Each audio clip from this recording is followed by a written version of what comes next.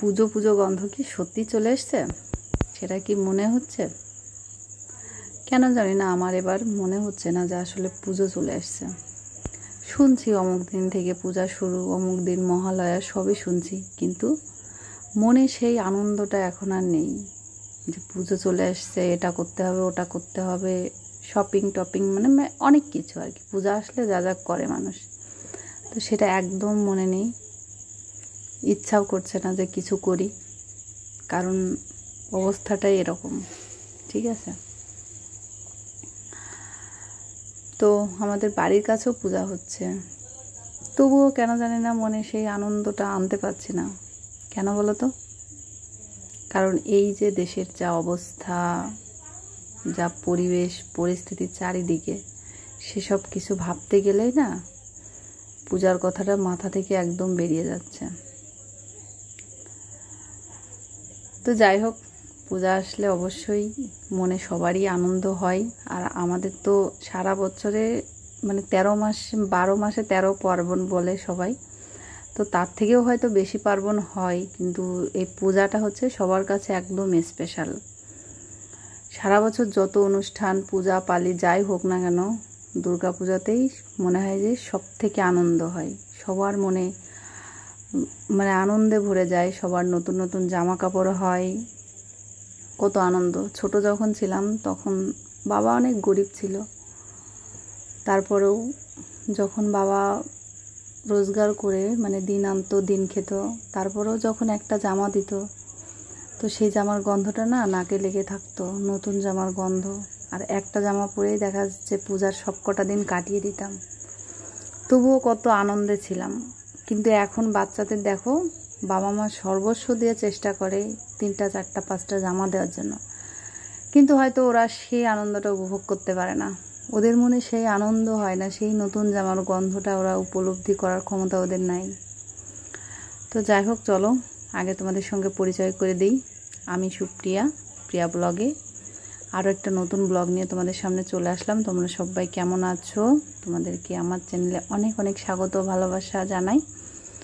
আর আমি চলে আসলাম আজকে আমার একদম সাদামাটা জীবন নিয়ে। দেখে বুঝতে পারছো যে কতটা সাদামাটা। আজকে কিন্তু মাজায় আমি কাপড় বেঁধে কাজ করছি। সারাদিন যে কিভাবে গেল বুঝতেই পারলাম না। সকালবেলা উঠে স্নান করেছি, স্নান করে একটা কারণ ছিল স্নান করার, যেহেতু একটা ওষুধ খাচ্ছি, ওষুধটা খাওয়ার জন্য সকাল সকাল আমাকে স্নান করতে হয়েছে।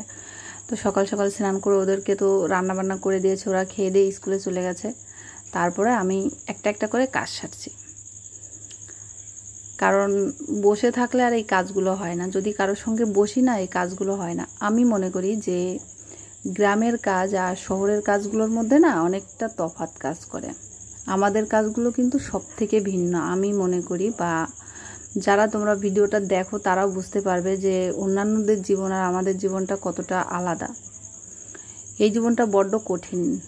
গ্রামে জীবন কাটানো, হয়তো কেউ কেউ আছে আরামে জীবনটা কাটায়, কিন্তু আমাদের জীবনটা অতটা আরামে কাটানোর মতো নয়। হ্যাঁ, তো যাই হোক, হাজার কষ্টে কাটালেও আমাদের মুখে হাসি লেগেই থাকে।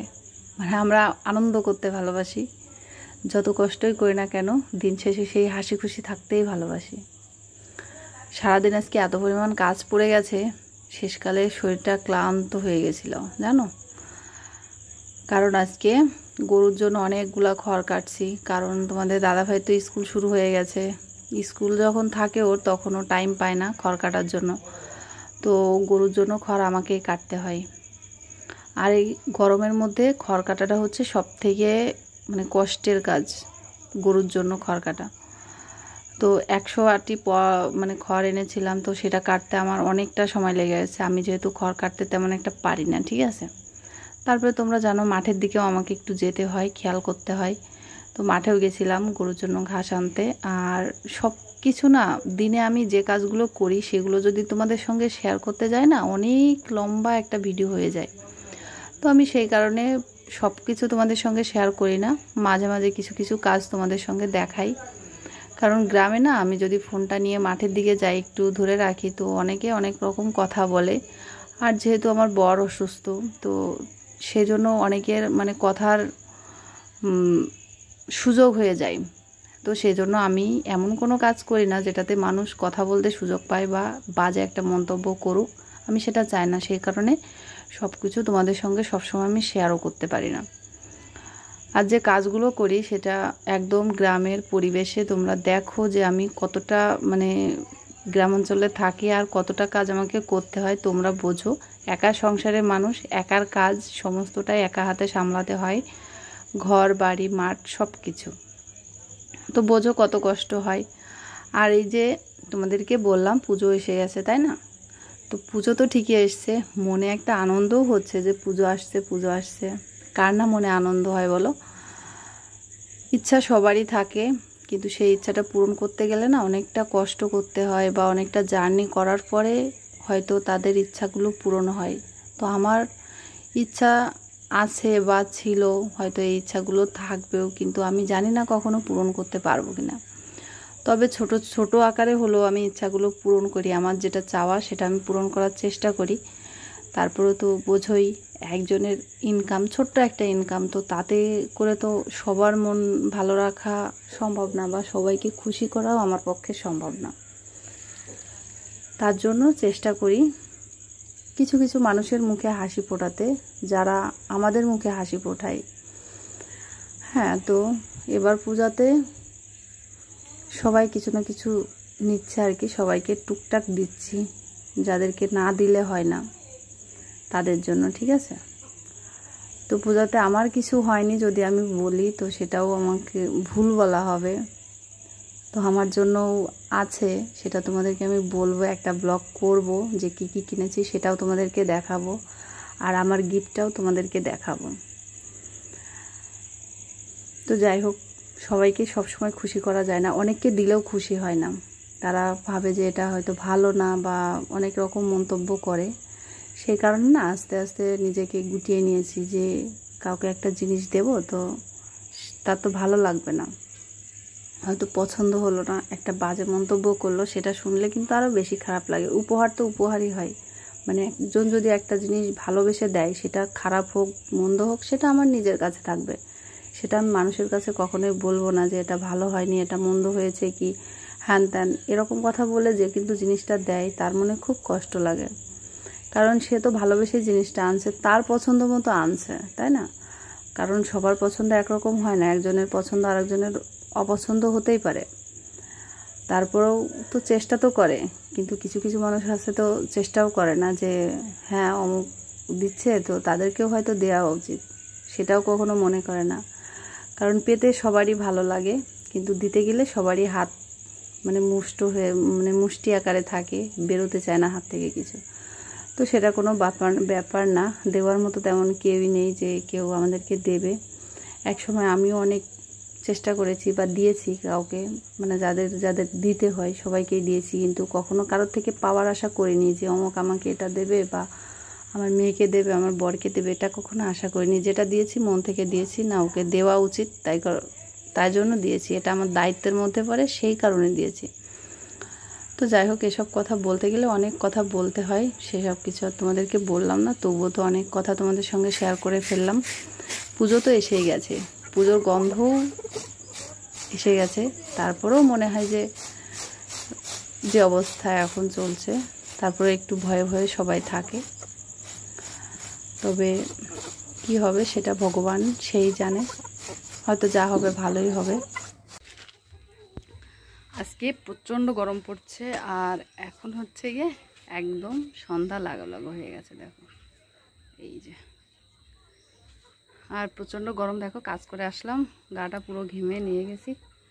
তো এখন এই যে এই যে আমার চালের উপরে যে চাল কুমড়ো গাছ উঠছিল, ওখান থেকে কিছু পাতা ছিঁড়বো রাত্রেবেলা পাতা ভাজা করার জন্য। ডাল বেটে ডাল দিয়ে আলো চালের গুঁড়ো দিয়ে পাতা ভাজা করব। আর এই যে দেখো সকালে যে গোবরের লাঠি দিলাম, পরে বৃষ্টি এসেছিলো, তো তারপরে পুরোটা এই যে তাঁবু দিয়ে ঢেকে দিয়েছি। এত পরিমাণ গরম পড়ছে কি বলবো। আরও হচ্ছে কি ঘরটা ঝাড়ু দিতে হবে, এখনও বাদ আছে, আর থালাবাটিগুলো ধুলে যাই হোক বিকালকের কাজবাজ কমপ্লিট হয়।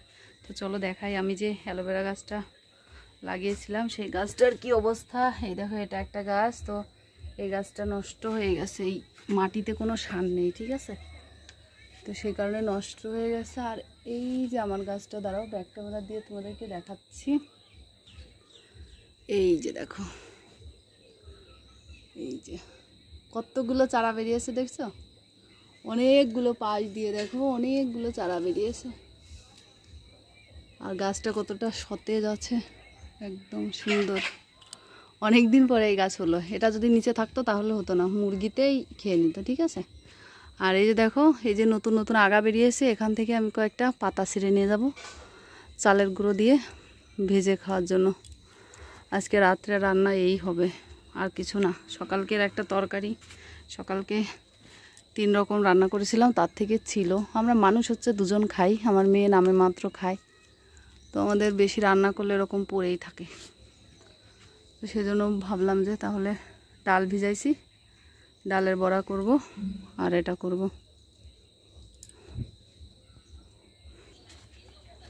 আর এই যে দেখো আমার ফুল গাছ, দেখেছো কত সুন্দর ফুল গাছ, আর কত ফুল ফুটেছে হলুদ, বিকালবেলা দেখতে খুব সুন্দর দেখা যায়। তবে গাছটা বেশি দিন থাকবে না, এই জায়গাটা দেখো জঙ্গল হয়ে গেছে, তো সে কারণে গাছটা মেরে দিতে হবে, না হলে এখান দিয়ে যাতায়াতে অসুবিধা হয়ে যাচ্ছে। আর এই যে পুঁই শাক গাছে দেখো, এই যে দুটো একটা ডগা বেরিয়েছে, এই হচ্ছে গিয়ে অবস্থা। তো এই যে দেখো এ কটাই পাতা পেলাম, বেশি এখন পাতা নেই, তো এই কটা পাতায় রান্নাঘরে রেখে দেব, পরে যখন রান্না করব তখন একটু রাত্রেই রান্না করব, কারণ বেশি সকালে রান্না করলে খাওয়া হয় না।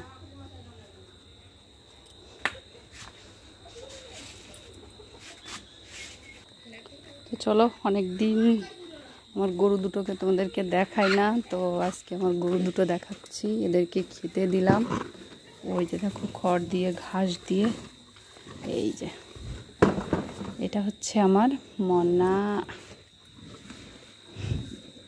বড় মনা, ঠিক আছে।